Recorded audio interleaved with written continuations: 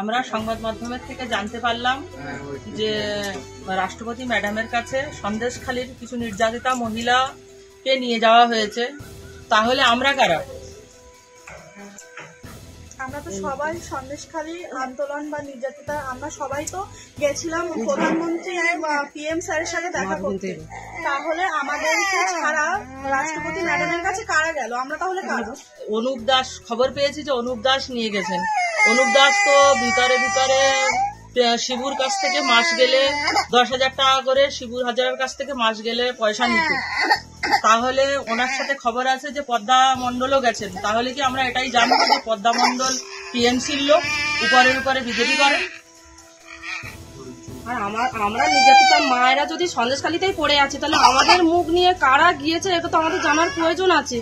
আর ওখানে যে রাষ্ট্রপতি ম্যাডামের কাছে গিয়েছে আমাদের কি জানিয়েছিলেন? আর আমরা আন্দোলনের আমরা নির্যাতিত, আমরাই আন্দোলনের মেন মুখ।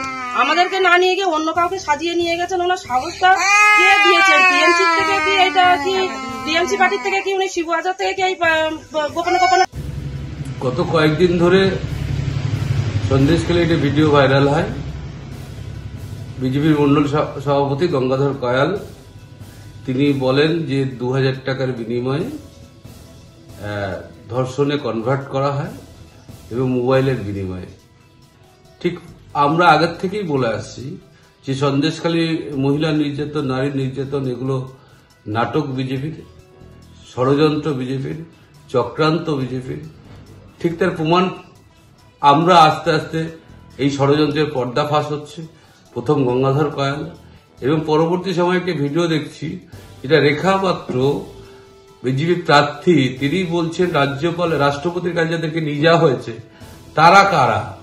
তাদেরকে বিজেপি লিডার অনুপ দাস 2,000 টাকার বিনিময়ে নিয়ে গেছে এবং রাষ্ট্রপতির কাছে প্রেজেন্ট করছে। তার মানে কি টোটালটাই ঘটনা নাটক ছিল। কখনো এদেরকে নিয়ে যাওয়া হয়েছে রেখা পাত্রদেরকে, কখনো অন্য মহিলাদের নিয়ে গিয়ে বলা হয়েছে আমরা ধর্ষিতা, আমরা লাঞ্ছিতা, আমরা নির্যাতিতা।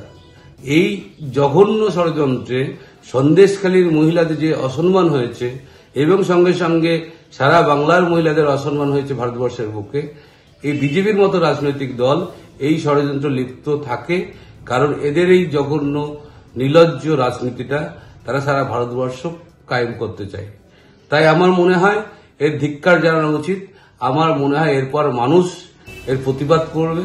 সন্দেশখালীর মহিলারা যে অসম্মানিত হয়েছে সারা বাংলার বুকে, সারা ভারতবর্ষের বুকে, তাতে আমরাও ধিক্কার জানাচ্ছি, সঙ্গে সঙ্গে সাধারণ মানুষও ধিক্কার জানাবে।